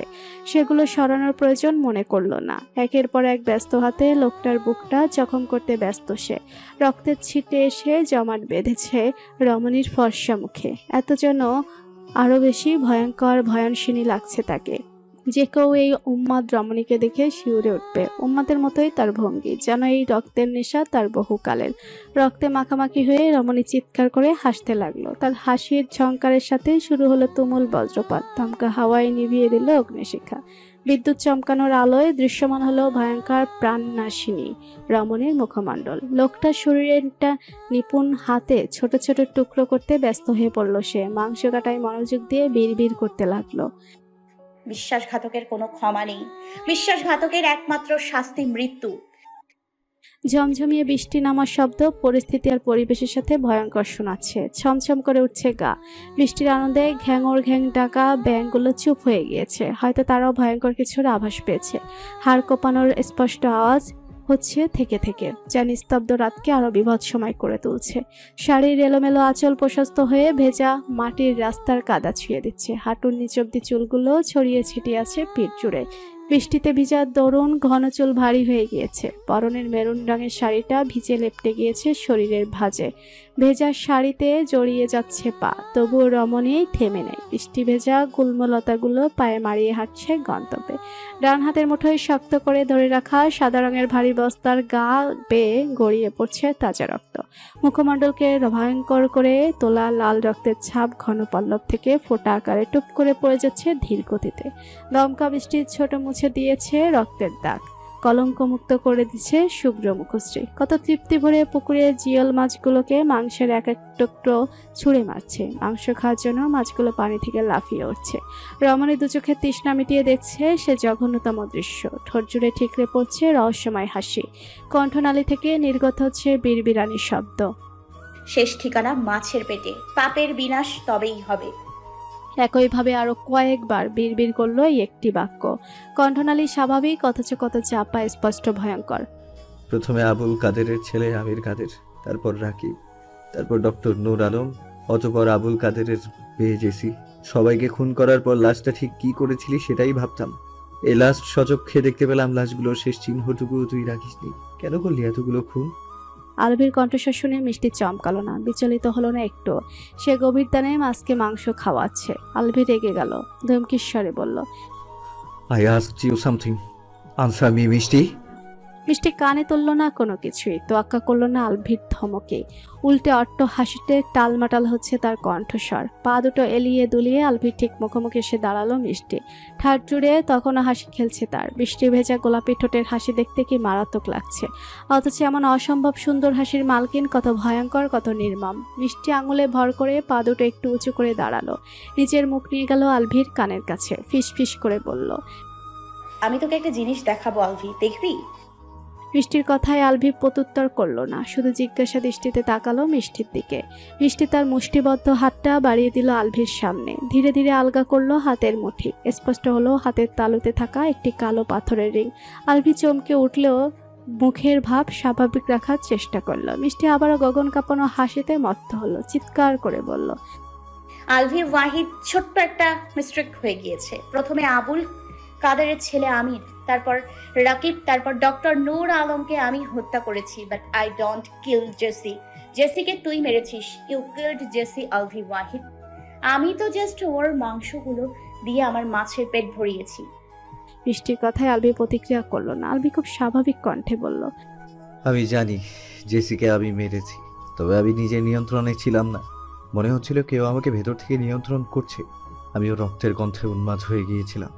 আমি কি করে ওর রক্তের এত তীক্ষ্ণ গন্ধ পেলাম, সেই রহস্য আমি আজও আমাকে ঘুমাতে দেয় না। এসব রিডিকুলাস কথাবার্তা আমাকে শোনাতে। বাকি কথাটুকু শেষ করার আগে আলভি মিষ্টির মুখ চেপে ধরে বাঁশঝাড়ের আড়ালে চলে যায়। কারো এগিয়ে আসার পায়ের শব্দ শোনা যাচ্ছে। মিষ্টি জোর করে আলভির হাত ছাড়িয়ে নিয়ে কিছু বলতে যাবে, আলভির রক্তচক্ষু মেলে ঠোঁট গোল করে মিডল আঙুল রাখলো ঠোঁটের উপরে। দুজন লোক হাতে টর্চ লাইট নিয়ে বের হয়েছে। খুব সাধারণত তারা মাছ ধরতে নেমেছে। বৃষ্টি বাদলের দিন বজ্রপাতের শব্দে নাকি কই মাছ পানির উপরে উঠে আসে। লোকগুলো সেই মাছ ধরতেই বৃষ্টি মাথায় নিয়ে এসেছে। লোকগুলো চলে যেতেই আলভি মিষ্টিকে টেনে সোজা বাড়িতে নিয়ে গেল। ঘরের ভেতরে প্রবেশ করে ভেজা শরীরে মিষ্টিকে জড়িয়ে ধরে বলল, কেন করছিস এমন মিষ্টি? কি দরকার এই প্রতিশোধ খেলার? সব ছেড়ে আমরা তো সুখে সংসার করতে পারি, বল? মিষ্টি আলভিকে ধাক্কা দিয়ে সরিয়ে দিয়ে চেঁচিয়ে উঠল, না, পারি না। ওরা সবাই পাপ করেছে, ওদের পাপের শাস্তি না দিয়ে আমি সুখের স্বপ্ন দেখতে পারি না। পুলিশ অন্ধ হয়ে খুঁজছে খুনিকে। তারা যদি একবার জানতে পারে তুই সেই খুনি, ভাবতে পারছিস কি হবে তোর? আমাদের আর সংসার করা হবে না। মিষ্টি একটু দম নিল, তারপর আবার আহত কণ্ঠে কাঁদতে কাঁদতে বলল, এই আমি মিষ্টির মতো হয়তো আরো কত মিষ্টি অনাথ হয়ে যেত। আরো কত মিষ্টি চোখের সামনে নিজের বাবা মায়ের নির্মম হত্যাযজ্ঞের নৃশংসতা দেখত। ফুফিয়ে কেঁদে উঠল মিষ্টি। কাঁদতে কাঁদতে চোখ জ্বলে উঠল। চোখের পানিটুকু ডান হাতের তর্জনী দিয়ে মুছে ঘুরে তাকালো পেছনে। চমকে গেল মুহূর্তে। আলভি কোথায় চলে গেল? হঠাৎ চোখ গেল জানালার গ্রিলগুলো বাঁকানো। কোনো সাধারণ মানুষের পক্ষে তো এত মজবুত শক্ত লোহার গ্রিল শব্দবিহীন ভেঙে ফেলা সম্ভব নয়। কি করলো এই কাজ? কখনই বা করলো? করলো তো করলো, কোনো রকম শব্দ কেন হলো না? একটু আগেই না সব ঠিকঠাক দেখলো। এমন হাজারটা অযৌক্তিক অমীমাংসিত প্রশ্ন এলোমেলো করে দিল একটু আগে খুন করে আসা সাইকোপ্যাথ মস্তিষ্কটাকে। মাঝখানে 3 দিন পেরিয়ে গেছে। এই 3 দিনে তানজিলের অনেক অত্যাচার দাঁত খিঁচে সহ্য করে নিয়েছে সুমা। আজকে সকালটা একটু ফ্রেশ লাগলো। স্নিগ্ধ সকালে সুমার শরীরটা ফুরফুরে হয়ে গিয়েছে। মন মস্তিষ্ক শরীর অনেকটাই সুস্থ, তবুও সুমা অসুস্থতার ভাব নিয়ে বিছানায় হেলান দিয়ে চোখ বন্ধ করে বসে আছে। তানজিল ফর্মাল ড্রেস পরে গোল্ডেন কালার হাত ঘড়িটা লাগালো, তারপর চুলগুলোকে সেট করে নিল সূক্ষ্মভাবে। লকার থেকে একটা ফাইল নিয়ে বাইরে বেরোনোর জন্য পা বাড়িয়েও থামিয়ে দিল। চোখ বন্ধ করে সুমা এতক্ষণ তানজিলের গতিবিধি লক্ষ্য করছিল। তানজিলের থেমে যাওয়া দেখে ফট করে চোখ খুলে ফেললো। খুব আগ্রহী হয়ে জিজ্ঞেস করলো, দাঁড়িয়ে গেলি যে, যাবি না নাকি? তানজিল উত্তর দিল না। চেয়ারে ফুটে উঠল আত্মগরিমা, কাঠিন্যতার ছাপ। সুমা ভয় পেল না। এই বেটার মুখটা যে সবসময় কালো বিড়ালের প্যাঁচার মতো করে রাখে, দেখতে দেখতে তার অভ্যাস হয়ে গিয়েছে। তানজিল পকেটে 2 হাত গুজিয়ে একটু এগিয়ে এসে দাঁড়ালো সুমার কাছে। সুমা নাক ছিটকাল। ছি, চেহারার কি শ্রী! রোগী তোর চেহারা দেখেই তো দৌড়ে পালাবে। চিকিৎসা করবি কার? তানজিল বিরক্ত হলো, তবে মুখের আদল একটুও পরিবর্তন হলো না। কেমন শক্ত কাঠিন্যতা গোমরামুখ হয়েই দাঁড়িয়ে রইল একইভাবে। তানজিলের চুপ থাকা দেখে সময় একটু প্রশ্রয় পেল। শ্যামবর্ণা লালচে ঠোঁট নাড়িয়ে কিছু বলতেই যাবে, তানজিল করে বসলো এক অযাচিত কাজ। নিজের পুরো ঠোঁট ডুবিয়ে দিল সুমার ঠোঁটের ভাঁজে। সেকেন্ডের গতিতে তুলে নিল সেই অপ্রত্যাশিত ছোঁয়া। সুমা 2 হাতে অনবরত ঠোঁট ঘষতে চিল্লিয়ে উঠল, লুচ্চার বাচ্চা, কি করলি তুই এটা? তানজিল বাঁকা হাসলো, বৃদ্ধাঙ্গুলি দিয়ে ঠোঁটের নিচটা মুছে বলল, এখন থেকে ঠোঁটে স্ট্রবেরি ফ্লেভারে লিপস্টিক দিবি। টেস্টেরও তো একটা ব্যাপার আছে, তানজিল তালুকদার যে সে জিনিস পছন্দ করে না। সুমার রেগে বোম হয়ে গেল, আর সে বোম ব্লাস্ট হলো তানজিলের ওপর। সোজা কামড় বসিয়ে দিল কালো লোমবর্তী সাদা হাতের মধ্যে। তানজিল কোনো রিয়াকশন করলো না, না করলে সুমাকে ছাড়ানোর চেষ্টা। সুমা বসিয়ে দেওয়া দাঁতের স্পর্শ তার কাছে ফুলের টোকার ন্যায় অনুভূত হলো। তানজিলের কোনো রকম প্রতিক্রিয়া না দেখে সুমা তানজিলের হাতে ডুবে রাখা মুখ তুলে নিয়ে তাকালো তানজিলের দিকে। তানজিল ঠোঁট কামড়ে হাসলো। সুমা খানিকটা ভরকালো। তানজিল হাসি আরেকটু প্রসারিত করে দাম্ভিক স্বরে বলল, আমি তো জাস্ট একটা শুকনো চুমু খেয়েছি, আর তুই কিনা এত গভীরভাবে চুমু খেয়ে নিলি। জিনিয়াস। হসপিটালের বিছানায় শুয়ে আছে রবিন। হাতের কোণায় পর্যন্ত অবশিষ্ট অংশটুকু সাদা ব্যান্ডেজ বেঁধে রাখা হয়েছে। চোখের কোণে শুকিয়ে আছে 1 ফোঁটা জল। সেই শুকিয়ে যাওয়া পানির ছাপের দিকে তাকিয়ে সুমার চোখ ভিজে এলো অথই জলে। ভার্সিটিতে ভর্তি হওয়ার পর থেকে রবিন কম জ্বালায়নি সুমাইকে। এই ডিজিটাল যুগে দাঁড়িয়ে কত বাজে চিঠি লিখেছে সুমার জন্য। সুমা চিঠিগুলো নিয়েই রবিনের দিকে ছুঁড়ে মেরে চলে যেত। রবিনও চিঠিগুলো আর কুড়িয়ে নেয়নি কখনো। কিন্তু আশ্চর্য ব্যাপার, সুমা আবার ফিরে আসতো, কুড়িয়ে নিত সেই চিঠিগুলো। সেই তখন থেকে জমিয়ে রাখতে রাখতে 52টা চিঠি জমিয়েছে সুমা, কিন্তু কখনো রবিনকে বুঝতে দেয়নি তার ভেতরকার অনুভূতি। তার ভালো লাগতো রবিনের বাচ্চামোগুলো। সুমার মনের কথা শোনার জন্য সে কি ছটফটানো। সুমা গভীরভাবে উপলব্ধি করতে পারত রবিনের ভালোবাসা। একদিন রবিন এসে বলল সে কয়েকদিনের জন্য বিজনেসের কাজে তাকে দেশের বাহিরে যেতে হবে, কিন্তু সে যেদিন আসবে সেদিন সুমাকে তার মনের কথা বলতেই হবে। সেদিন কোনো এক্সকিউজ চলবে না। রবিন যাওয়ার পর থেকে সুমার মন উদাসীনতায় ভুগত। সুমা খুব ভালোভাবেই টের পেয়েছিল রবিনকে সে ভালোবেসে ফেলেছে। মনে মনে ভেবে রেখেছিল রবিন ফিরলেই নিজের সমস্ত অনুভূতির খোলামেলা বিশ্লেষণ করবে সুমা। প্রেমিক পুরুষের কাছে নিজেকে উপস্থাপন করবে খোলা বইয়ের মতো। কিন্তু ভাগ্য লিখেছিল আরো ভয়ঙ্কর কিছু। তাই তো রবিনের ফিরে আসার আগেই সব ঘেটে গেল। জীবনটা জুড়ে গেল এক বিষাক্ত পুরুষের সাথে। বলা হয়ে উঠল না মনের মধ্যে জমিয়ে রাখা অভিব্যক্তিগুলো। আমাকে দয়া দেখাতে এলে অসত যখন তোমার পিছনে কুকুরের মতো পড়েছিলাম, তখন একটু দয়া দেখিয়ে আমার ভালোবাসা কবুল করতে পারলে না? রবিনের অসহায় কণ্ঠে ঝরে পড়ল অভিযোগ। সুমা নীরবে নিবৃতে সবগুলো তেতো কথা হজম করে নিচ্ছে। কিচ্ছু বলার ভাষা এই মুহূর্তে খুঁজে পাচ্ছে না সে। রবিন দীর্ঘশ্বাস ফেলে আবার বলা শুরু করলো, এক হিসাবে ভালোই হলো বলো, যেই তুমি কোনোদিন আমার সামনে দাঁড়াতে না, সেই তুমি আমার পাশে বসে আছো। বিশ্বাস করবে কিনা জানি না, তবে আমার খুব ইচ্ছা ছিল আমার মায়াবতীর হাতে হাত রেখে পাশাপাশি বসে কাঁধে মাথা রেখে মনের অবক্ত কথাগুলো বলবো। আজ দেখো তুমি ঠিকই পাশে বসে আছো, কিন্তু আমি হাতে হাত রাখতে অক্ষম। কেন ভালোবাসলে না আমায় মায়াবতী? কেন কিছুদিনের জন্য আমাকে হাতটা ধরার সুযোগ দিলে না? আমাকে ভালোবাসলে কি খুব একটা ক্ষতি হতো? ভালোবাসনি যখন, তখন কেনই বা এখন দয়া দেখাতে এসেছো? আমি ভালোবাসা চেয়েছিলাম, করুণা চাইনি। দয়া করে চলে যাও আমার সামনে থেকে। আমি কারো করুণার পাত্র হতে চাই না। সোমা আর সহ্য করতে পারলো না প্রেমিক পুরুষের এমন ধারালো কথা, না পারলো আর চুপ থাকতে। কাঁদতে কাঁদতে বলে উঠল, তুমি ভুল বুঝছো রবিন, আমি তোমাকে ভালোবাসতাম। তোমার শূন্যতে আমি উপলব্ধি করিয়েছি আমি তোমাকে ভালোবেসে ফেলেছিলাম। ভালোবাসতে? তার মানে এখন আর ভালোবাসো না, তাই তো? কারণটা কি শুনি? আমি পঙ্গু বলে? আমার দুটো হাত নেই বলে? সোমা উত্তর দিতে পারলো না। কিভাবে বলবে এই পাগল প্রেমিককে সে যে এখন অন্য কারো স্ত্রী, অন্য কারো সম্পত্তি। এখন যে রবিন শুধুমাত্র তার কাছে পরপুরুষ ব্যতীত অন্য কিছু নয়। কিভাবে বলবে এই জঘন্য সত্যিটা? এই আত্মারা মানুষটা যে আরো মরে যাবে। সোমা যে এই মানুষটাকে আর কষ্ট দিতে চায় না। চেঁচাতে চেঁচাতে রবিনের কাশি শুরু হয়ে গেল। সোমা পানি নিয়ে এসে রবিনকে উঠিয়ে বসানোর জন্য তার বাঁ হাত দিয়ে রবিনের বাহু জড়িয়ে ধরে উঠানোর চেষ্টা করলো। এক হাতে পেছনের দিকে রবিনের বাহু চেপে ধরে আর এক হাতে পানি খাওয়াতে লাগলো রবিনকে। তানজিল সপ্তাহে 2 দিন ডিউটিতে আসে, আজকেও এসেছে। বেলা 12টা বেজে গিয়েছে। প্রত্যেকটি কেবিন রুম পরিদর্শন শেষ করে তানজিল রবিনের লাস্ট কেবিন রুমে 305-এ ঢুকেছে। এটাই শেষ রুগী, একে দেখে শেষ হয়ে গেলেই বেরিয়ে যাবে। কিন্তু কেবিনে ঢুকের সাথে সাথে ঈগল চোখ আটকে গেল সোমা আর রবিনের ঘনিষ্ঠতম দৃশ্যে। বিগড়ে গেল সমস্ত চিন্তা ভাবনা। মাথার রক্ত টকবগিয়ে ফুটতে শুরু করলো। কপালের রগগুলো নীল হয়ে ফুলে উঠল। চোখ দুটো হয়ে উঠল ভয়ঙ্কর। বড় বড় পা ফেলে সোমার হাতের গ্লাসটা একটানে নিয়ে নিল। সোমা বিব্রত হয়ে রবিনকে শুয়ে দিয়ে পেছনে ফিরে তাকালো। তানজিলের এমন আগ্নেয়গিরির অগ্নুপাতের মতো দৃষ্টি দেখে ভয় পেয়ে গেল সে, তবুও সাহস করে বলল, একজন অসুস্থ রোগীর মুখের সামনে থেকে পানি কেড়ে নেওয়া কোন ধরনের অসভ্যতামো? তানজিল মুখাভাব আরো বেশি কঠিন হয়ে গেল। হাতের গ্লাসটা এত জোরে চেপে ধরলো যে গ্লাসটা মুহূর্তেই ফেটে গেল। সঙ্গে সঙ্গে রক্ত বের হতে শুরু করলো তার হাত থেকে। সোমা এবার একটু বেশি ভয় পেল। এত বেশি রাগের সম্মুখীন সোমা আর কখনো হয়নি। তানজিলের গ্লাস ভাঙার শব্দে কেঁপে উঠল হৃৎপিণ্ড। তানজিল তার আরেক হাত সোমার ঘাড়ের নিচ দিয়ে নিয়ে চেপে ধরল চুল। তারপর নিজের ঠোঁট ডুবিয়ে দিল সোমার ঠোঁট। উম্মাদের মতো একের পর এক কামড় বসিয়ে দিতে শুরু করলো সোমার পিনপিনে পাতলা ঠোঁটে। সোমা ছাড়ানোর জন্য ডানা ঝাপটাচ্ছে, কিন্তু সম্ভব না। এই পশুর কবল থেকে ছাড়া পাওয়া সম্ভব হচ্ছে না। তানজিলের সাথে আসা 2 নার্স একে অপরের মুখের দিকে তাকাচ্ছে, তো একবার তাকাচ্ছে সামনে ঘটীয়মান দৃশ্যের দিকে। আচমকা ঘটে যাওয়া ব্যাপারটা তাদের ঠিক হজম হচ্ছে না। এদিকে রবিনের হৃৎপিণ্ডটা যেন কেউ চেপে ধরেছে। চোখের সামনে ভালোবাসার মানুষটার শরীরে অন্য পুরুষের নোংরা ছোঁয়া কিছুতেই সহ্য করতে পারছে না রবিন। কিছু করতেও পারছে না দুটো হাত না থাকার কারণে। রবিন চেঁচিয়ে উঠল, কুত্তার বাচ্চা, আমার মায়াবতীকে ছাড়, আমি তোকে খুন করে ফেলবো। আমার মায়াবতীর কথাটা কানে যেতেই তানজিল আরো বেশি উন্মাদ হয়ে উঠল। আরো বেশি আঘাত শুরু করলো সোমার ঠোঁটে। সোমা সহ্য করতে না পেরে কাঁদতে শুরু করলো। তাতেও মন গলল না নিষ্ঠুর পাষাণ মানবের।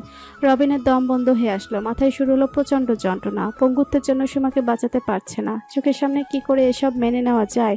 সহ্য করতে না পেরে রবিন আ করে চিল্লিয়ে উঠল। কাঁদতে কাঁদতে বলল, মাবুদ গো, হয় আমাকে মৃত্যু দাও, নয় সোমাকে বাঁচানোর ক্ষমতা দাও। আমি সহ্য করতে পারছি না মাবুদ, আমার সোমাকে রক্ষা করো। আমার ভালোবাসার মানুষটার শরীরের পাপের স্পর্শ আমাকে শেষ করে দিচ্ছে। এর চেয়ে ভালো আমার মৃত্যু দাও। রবিনের চিৎকারে নার্স 2জনের চোখে পানি চলে এলো। ইচ্ছে হলো প্রতিবাদ করার, কিন্তু সিনিয়র ডক্টরের উপর কথা বলার সাহস তাদের মধ্যে নেই। তার উপর সেই হসপিটালের ওনার। প্রায় 20 মিনিট পর তানজিল সোমাকে ছেড়ে দিল। ততক্ষণে সোমার ঠোঁটের পাতলা চামড়া ফেটে রক্ত বেরোনো শুরু করেছে। সোমা যন্ত্রণায় ঠোঁটে হাত রেখে কেঁদে যাচ্ছে হিসকি তুলে। সোমার কান্না আর রক্তে রাঙানো আহত ঠোঁট রবিনের হৃদয়টাকে ক্ষতবিক্ষত করে দিল। বক্ষ পিঞ্জিরায় কেউ যেন ছুরি চেপে ধরেছে। রক্তক্ষরণ শুরু হয়েছে সেখানটায়। রবিন ক্রোধিত কণ্ঠে তানজিলকে বলে উঠল, আমার অসহায়ত্ব সুযোগ নিয়ে আমার মায়াবতীকে নোংরা স্পর্শ করার চেষ্টা করেছিস? লজ্জা করে না? কাপুরুষ একটা। তানজিলের কোনো কথাই কানে গেল না। শুধুমাত্র একটি কথা মস্তিষ্কে আঘাত করলো, আমার মায়াবতী। তানজিল আরো বেশি ধ্বংসাত্মক হয়ে গেল। এগিয়ে গিয়ে হাত চেপে ধরলো সোমা। চিৎকার করে জিজ্ঞেস করলো, তুই ওর মায়াবতী? সোমা কিছু বলে না, উল্টো কান্নার বেগ বাড়ে। তানজিল আবার ধমকে উঠল, আমি কিছু জিজ্ঞেস করেছি তোকে, তুই ওর মায়াবতী? Answer me.